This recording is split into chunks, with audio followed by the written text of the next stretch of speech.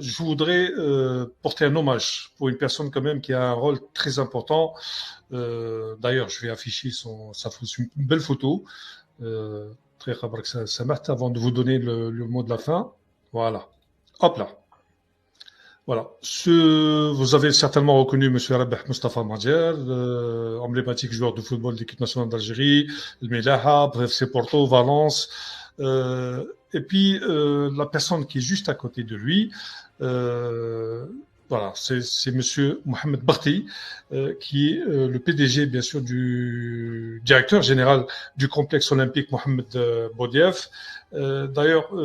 je souhaite, et au nom de la chaîne, on souhaite tous rendre un vibrant hommage à un véritable cadre d'État engagé et très expérimenté qui a mis justement à la disposition du pays toute sa compétence, son patriotisme, voire même sa santé, avant de mieux servir et honorer dignement El Jazer, qui est sa patrie. En effet, il s'agit bel et bien de l'honorable Monsieur Mohamed Barti, qui n'est autre que l'actuel directeur général du complexe olympique Mohamed Boudiaf, dont nous lui souhaitons un prompt rétablissement à la suite d'un grave accident de travail lors de la CHAN qui s'est déroulée dernièrement, la CHAN, bien sûr, la Coupe d'Afrique de football des joueurs locaux, qui s'est déroulée dernièrement en Algérie. Nous avons toujours eu tendance à valoriser tout ce qui est beau et gigantesque en Algérie, mais sans pour autant citer les noms de ceux qui prennent réellement soin et qui ne cessent d'ailleurs d'accentuer notre fierté envers cette chère nation qui est El Jazer, qui est l'Algérie, bien sûr, que nous aimons, que nous chérissons. À cet effet,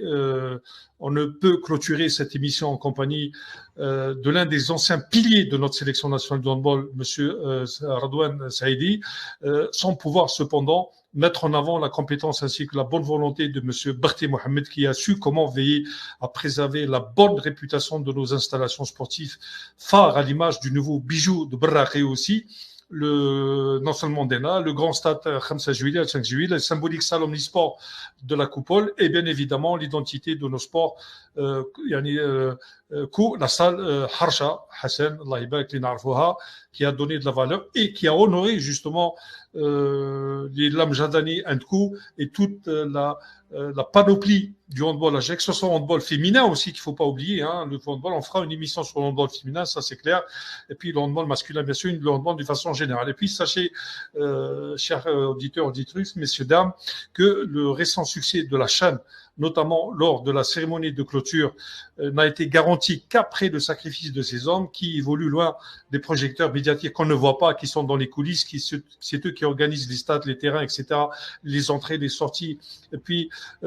qui accompagnent toutes ces infrastructures pour les rendre bel et bien compétitifs, en allant même leur santé en péril, parce que c'est un investissement personnel pour l'intérêt général de la nation et du sport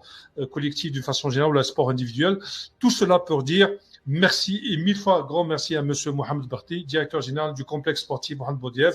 comme nous nous engageons à notre tour pour rester reconnaissants à ce genre d'homme avec un grand H, bien sûr. Et puis, la chaîne à court vert reste solidaire avec toute la famille sportive, sans exception, aussi